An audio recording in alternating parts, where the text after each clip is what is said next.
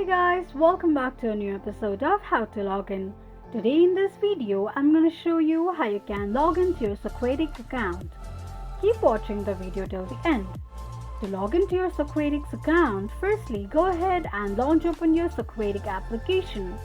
The official page of Socratic application will appear on the screen. Click on Sign In option to continue. Enter your email address or phone number and tap on Next. Enter your password associated with the Socratic account and tap on Next.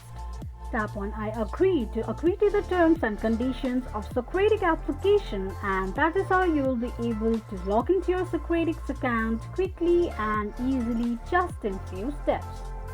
If you have any doubts or queries, let us know in the comment section. Don't forget to subscribe to our channel. Also press the notification bell icon so that YouTube will notify you whenever we post a new video. I hope this video was helpful to you. Thank you so much for watching.